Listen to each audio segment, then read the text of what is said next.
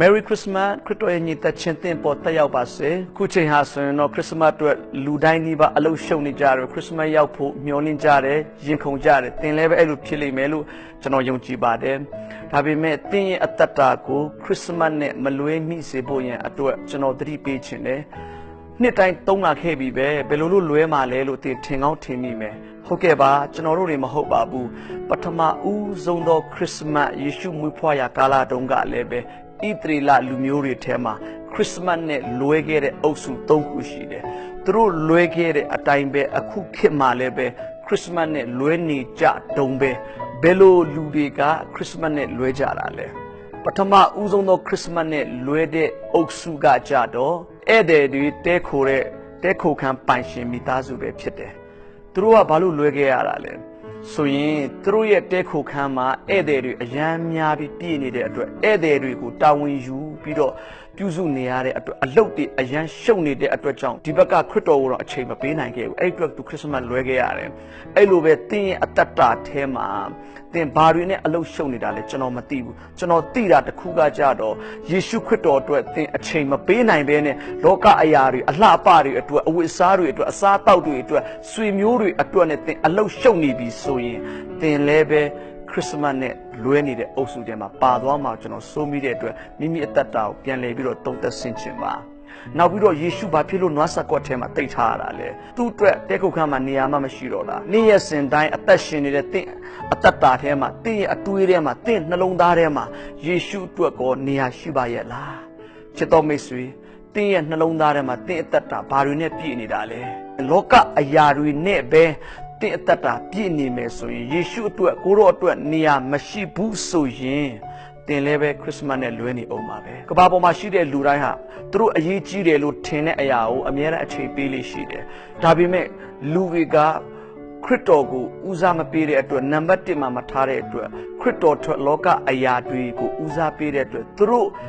အတ္တတာထဲမှာကိုရောအတွက်နေရာမရှိတော့ဘူးခရစ်စမတ်အတွက်အလှအပတွေပြင်ကြတယ်ခရစ်စမတ်အတွက်အဝတ်စားတွေရွေးကြတယ်ခရစ်စမတ်အတွက်အစားအသောက်တွေနဲ့အလုပ်ရှုပ်နေကြတဲ့အတွက်ကြောင့်ခရစ်တော်နဲ့သူတို့လွဲနေကြတာတိတ်ကိုဝမ်းနည်းစရာဖြစ်တယ်အဲ့အတွက်ကြောင့်မလို့ကိုခရစ်စမတ်နဲ့လွဲတဲ့ပထမအုပ်စုဟာအလုပ်ရှုပ်တော်သူတွေပဲဖြစ်တယ်ချစ်တော်မိတ်ဆွေသင်အသက်တာမှာလဲလောကရဲ့အလုပ်တွေရှုပ်နေခြင်းအဖြစ်ခရစ်စမတ်နဲ့မလွဲမိပါစေနဲ့လို့ဒီနှုတ်ကပတ်တော်လေးနဲ့ပြန်လည်ပြီးတော့သတိပေးပါတယ်ဒုတိယခရစ်စမတ်နဲ့လွဲတဲ့အုပ်စုကကြတော့ဂျက်တက်ပုဂ္ဂိုလ်တွေနဲ့ဘာသာရေးခေါင်းဆောင်တွေပဲဖြစ်တယ်သူတို့တွေရောဘယ်လိုနည်းနဲ့လွဲသွားရတာလဲအရှိပြည်ကမာကုပညာရှိတွေကကျေုံမြင်တဲ့အခါမှာယေရုရှလင်မြို့ကိုရောက်လာတယ်ဟေရောဒ်မင်းကြီးကိုမေးတယ်ဘယ်မှာလဲယူဒရှင်ဘုရင်မေရှိယဆိုပြီးတော့မေးတဲ့အခါမှာညာတွင်းချင်းမှာပဲဟေရောဒ်မင်းကြီးကအစည်းအဝေးခေါ်ပြီးတော့ယေဘရဟိတ်အကြီးတွေနဲ့ကြံတက်ပုဂ္ဂိုလ်ရှိသမျှကိုခေါ်ပြီးတော့မေးလိုက်တယ်တကယ်ဆိုရင်လေဣသရေလလူမျိုးတွေကသူတို့စောင့်ဆိုင်နေတာအဲ့ဒီကယ်တင်ရှင်မေရှိယကိုဖြစ်တယ်အဲ့ဒီတည်င်းကိုကြားလိုက်တဲ့အချိန်မှာအမှန်တကယ်ဆိုရင်အင်မတန်မှသူတို့ဝမ်းမြောက်ဝမ်းသာချစ်ရမှာဟုတ်လားကျမ်းစာထဲမှာဆိုလို့ရှိရင်ဘက်လဟမ်မြို့မှာမွေးမယ်ဆိုပြီးတော့ဘုရားပြောထားတယ်ဆိုပြီးတော့ရင်ခုန်စွာနဲ့စိတ်လှုပ်ရှားပြီးတော့တခါလေးချက်ချင်းဘက်လဟမ်မြို့ကိုထပြေးပြီးတော့ဟုတ်မဟုတ်တွားကြည့်ရမှာဖြစ်တယ်ဒါပေမဲ့အဲ့ဒီလိုမျိုးဖြစ်ရမယ်အစားသူတို့တွေကအေးစစ်စစ်လေးနဲ့ပဲကျမ်းစာထဲမှာတော့ဘက်လဟမ်မြို့မှာမွေးမယ်လို့ပြောထားတာပဲဆိုပြီးတော့အေးစစ်စစ်နဲ့စိတ်ဝင်စားမှုကင်းမဲ့စွာနဲ့ဟေရောဒ်မင်းကြီးကိုပြန်ဖေးလိုက်တယ်ဟုတ်လားမဟုတ်လားဘူးဆိုတာလဲသွားမကြည့်ကြတော့ဘူးဘာဖြစ်လို့လဲစဉ်းစားစရာပဲနော်ဣသရေလလူမျိုးတွေကနှစ်ရာထောင်ချီပြီးတော့ကယ်တင်ရှင်မေရှိယကိုစောင့်မျှော်နေကြတယ်ဒီလိုပဲစောင့်ရင်နဲ့နောက်ဆုံးတော့ဘာတွေဖြစ်လာလဲဆိုရင်သူတို့လူမျိုးတွေမှာထုံနှန်းစင်လာတွေတစ်ခုပြီးတစ်ခုထပ်ဖြစ်လာရင်းနဲ့ပဲနောက်ဆုံးတော့သူတို့တွေဟာသူတို့လူတွေကလှုပ်လိုက်တဲ့ထုံတန်းစင်လာတွေကိုပဲဦးစားပေးနေတကယ်ပဲကယ်တင်ရှင်မွေးဖွားလာတဲ့ခါမှာကြတော့ကယ်တင်ရှင်ထပ်ကိုသူတို့ရဲ့ထုံတန်းစင်လာတွေကိုပဲဦးစားပေးရင်းနဲ့ပဲကယ်တင်ရှင်ခရစ်စမတ်နဲ့လွဲသွားပါလေရောအဲ့ဒီအရာလေးကအခုခေတ်မှာရောပုံစံတူဖြစ်မနေဘူးလားစဉ်းစားကြည့်နော် Christmas ကြလို့ရှိရင်တဲ့ Christmas လက်ဆောင်တွေပေးရမယ် Christmas မီးတွေထွန်းရမယ် Christmas သစ်ပင်တွေလုပ်ရမယ် Christmas အစားအသောက်တစ်ခုပြီးတစ်ခုလုပ်ရင်း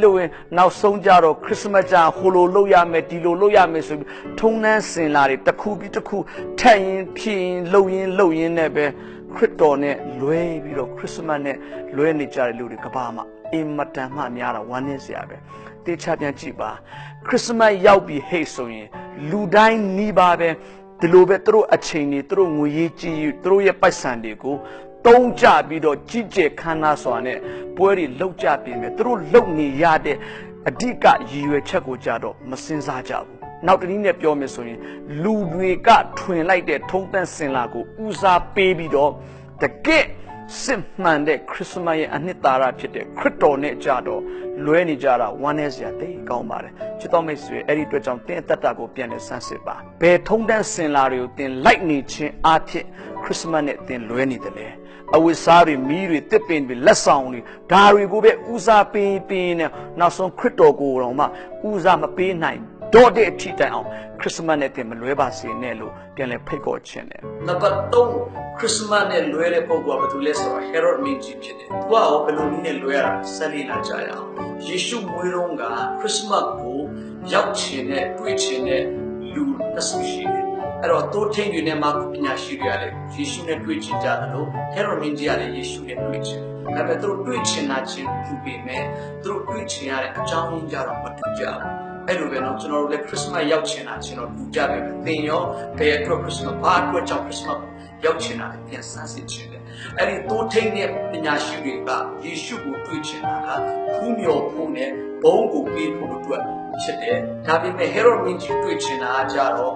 ယေရှုကိုတတ်ချင်လို့တွေ့ချင်တာဘာလို့ယေရှုကိုတတ်ချင်ရလဲဆိုသူ့နေရာကိုလူမှာဆိုတဲ့အတွက်ကြောင့်ဟေရိုမင်းကြီးကသူ့သဘောတိုင်းပဲအရာရာကိုသူလုပ်ချင်တယ်အသက်ရှင်ချင်တယ်အဲ့ဒီအတွက်ကြောင့်မလို့ကိုဘယင်ဖြစ်လာမဲ့ယေရှုကိုမရှင်စေခြင်းဘူးချစ်တော်မိတ်ဆွေတင်တတ်တာမှလည်းပဲတင်သဘောအတိုင်းပဲတင်အသက်ရှင်ခြင်းနေတဲ့၍ကတော့တင်လည်းပဲခရစ်စမတ်နဲ့လွဲနေပုံပါပဲဒါကြောင့်ဒီလောကမှာခရစ်စမတ်ကိုသုံးနေပြီးတော့ခရစ်စမတ်နဲ့လွဲနေကြတဲ့အုပ်စု၃စုရှိတယ်အဲ့ဒါကတော့နံပါတ်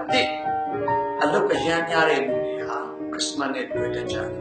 နံပါတ်2ထုံးတမ်းစင်လာတွေကိုပဲဦးစားပေးတဲ့လူတွေဟာခရစ်စမတ်နဲ့လွဲတတ်ကြတယ်နံပါတ်3ကကြတော့ကိုအကြိုက်အတိုင်းပဲအသက်ရှင်ခြင်းနဲ့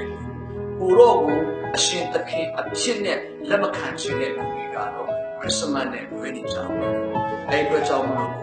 ခရစ်စမတ်နဲ့တင်မလွဲမိစေအောင်ဒီနှုတ်ပတ်တော်လေးနဲ့တင်ကိုကျွန်တော်ခွန်အားပေးပါတယ်အရောက်တိုင်းဖျားပေးတဲ့ရည်ရွယ်ချက်တိုင်းခရစ်စမတ်နဲ့မလွဲဘဲနဲ့ခရစ်တော်နဲ့အတူအသက်ရှင်တတ်သောအသက်တာဖြစ်ပါစေအရောက်တိုင်းဖျားကောင်းချီးပေးပါစေအာမင်